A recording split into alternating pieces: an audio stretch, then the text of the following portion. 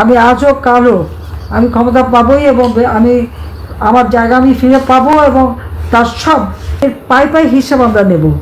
শুনলেন তো সম্মানিত বন্ধুগণ, মিথ্যাবাদী খুনি অবৈধ ভোটারবিন স্বৈরাচার ফ্যাসিস্ট সরকার শেখ হাসিনা উনি বর্তমান পালিয়ে রয়েছেন ওই ইন্ডিয়াতে। ওইখানে বসে বলতেছে আমি আরানো ক্ষমতা আবার ফিরিয়ে পাবো, আর ফিরিয়ে পাওয়ার পরে বুঝছেন কি কি করবে তা 5 মিনিট 45 সেকেন্ড বলিছে।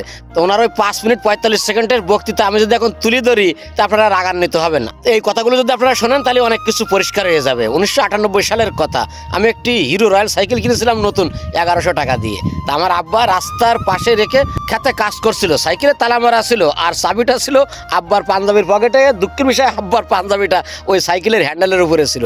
আর সমুদ্রের চোর কত বড় শেয়ানা, আব্বার পাঞ্জাবির পকেট থেকে চাবিটা নিয়ে সাইকেলে তালা খুলে সাইকেল নিয়ে উদাও। কিছুক্ষণ পরে আব্বা এইভাবে তাকায় দেখে রাস্তায় সাইকেল নেই। হায় রে আব্বা ছোটাছুটি শুরু করে দিয়েছে।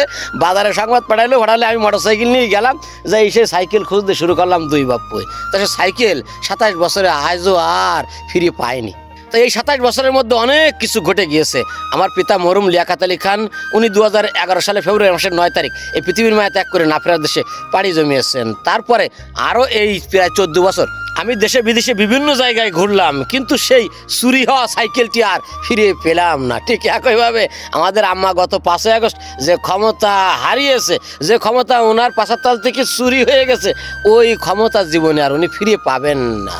আর শেখ হাসিনার মতন 3rd ক্লাস মার্কা একজন মিথ্যাবাদী পৃথিবীতে আপনি আর একজনকেও খুঁজে পাবেন না। উনার মতন মিথ্যে কথা এই পৃথিবীতে কেউ বলে না। উনি জানেন যে উনি হত্যাকাণ্ডের আসামি, ফেরারি আসামি। উনি জানেন যে উনি কি পরিমাণ দুর্নীতি করেছেন, সেই দুর্নীতির মামলায় দুদক এবং প্রশাসন ওনাকে খুঁজতেছে। উনি জানেন উনি যদি একবার বাংলাদেশে ফিরে আসেন তো ওনাকে জেলখানায় নেওয়া হবে, আর বাকি জীবনে মৃত্যুর আগ পর্যন্ত জেলখানার থেকে আর বাহির হইতে পারবেন না। এটি জানা সত্ত্বেও উনি বলছেন ক্ষমতা ফিরিয়ে পাবো, ফিরিয়ে পালে এবার দেখায় দেব, যারা যা করিয়েছে একটারও ছাড় দেব না।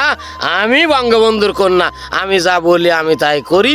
আল্লাহ তাআলা আমাকে বাঁচিয়ে রেখেছেন প্রতিশোধ নেওয়ার জন্য, আমি প্রতিশোধ নেব।